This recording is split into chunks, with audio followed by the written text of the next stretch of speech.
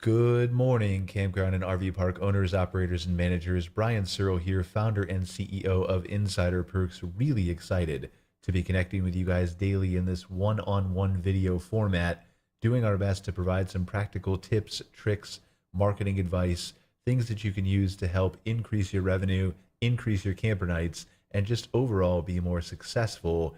So today what I want to talk about is again something that kind of came across my desk today, and I just felt like it was useful to share with you guys in a way that may or may not help you kind of be more efficient when you're out there trying to advertise your park online. And that is the utilization of ad campaigns. And I know for many of you, you don't even run any of these.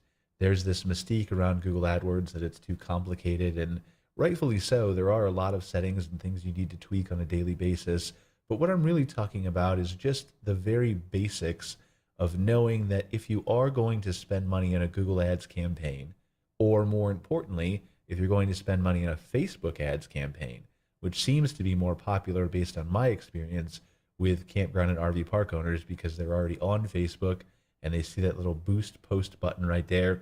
And then they use that to kind of do a quick boost, get some more likes, get some more comments, get some more shares, things like that. But really, what I'm about to talk about kind of applies across the entire spectrum. And so it stems from an article today about fraud on Google Ads. And what basically happened is a company was buying up apps that were created by a developer, multiple different countries, and they were basically taking Google Ads traffic, funneling it over to their apps, and basically showing those apps to robots instead of human beings. And what that ends up resulting in is brands obviously paying money for human beings to see their ads and no one seeing them, just a bunch of bots. So when you think about things like that, this was a small use case according to Google's own estimations, but it still reached $10 million. Obviously, that's a lot of money to you or me being small business owners, but for a company like Google, it's very, very small of what the daily ad budget is, or what people are spending on AdWords on a relatively daily basis. But here's the thing. If you were a small business owner and you were in Google Ads or you were in Facebook ads, just pretend that this had happened in Facebook because it very easily could have done the same thing through their third-party audience network. If you go through the quickest setup possible and you just choose whatever the default settings are for all of your ad campaigns, and in Google, you choose to have it be placed everywhere, including third-party sites. If you choose to have Facebook use their audience network and have it be placed on sites outside of Facebook. And that's what I really mean, by the way, when I talk about these third-party networks. Google has one, Facebook has one. You can run your ads in Google search, which is where you really want to be, but you can also choose for often cheaper to run your ads on other sites that display advertising from Google, often not related to your target audience. And so really we turn these off by default in almost every instance, unless you're really trying to drive home brand awareness and everywhere you possibly can. But it's usually in such an untargeted manner or requires so much work to get it targeted that it's really not worth the effort, especially when you're going after the intent in Google. But I really don't want to get too far into that. What I really want to talk about is just using these basic options to uncheck that box that says, don't show my ads on third-party sites. The unchecking of the box on Facebook, don't show my ads on Audience Network.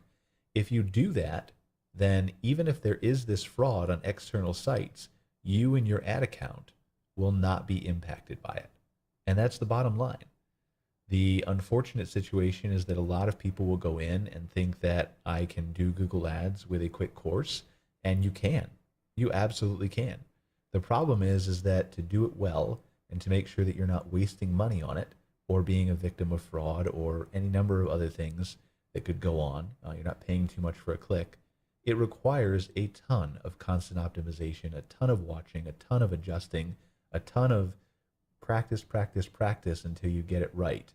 And most small business owners don't have the time to do that. And that's where marketing agencies and people who do it for a living really make themselves worthwhile, is by helping small business owners do that, but also just to avoid things like this happening. And so you can avoid it as a campground owner.